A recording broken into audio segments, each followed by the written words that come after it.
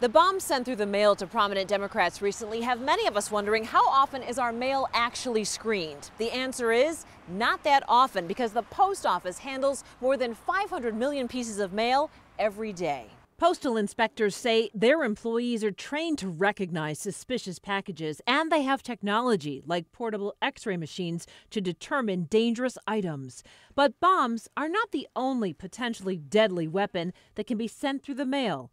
Often, that's how drugs are getting into the country.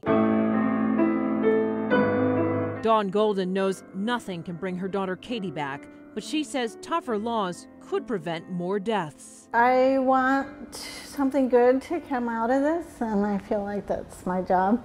Just weeks before her high school graduation, Katie died from a drug overdose, likely a cocktail of heroin and fentanyl. It doesn't go away. You know, it's a parent's worst nightmare, right? And to lose a child. Her death made headlines among the growing number of victims of the national epidemic. And who could forget the tragic story of Katie Golden, a 17-year-old. She died last year.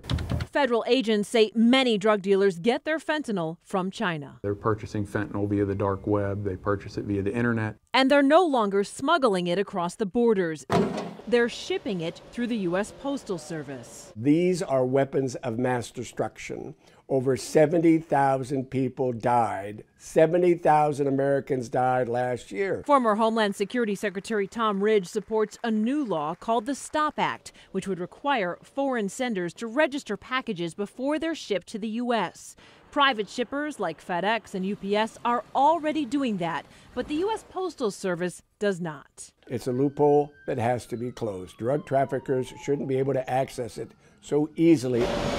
More than 1.3 million foreign packages arrive at U.S. postal sorting centers each day, thanks to the growth in online shopping, and only a tiny fraction of them are ever inspected. President Trump signed the STOP Act into law last week, but foreign countries will also have to sign on to agreements with the U.S. to make the new law work.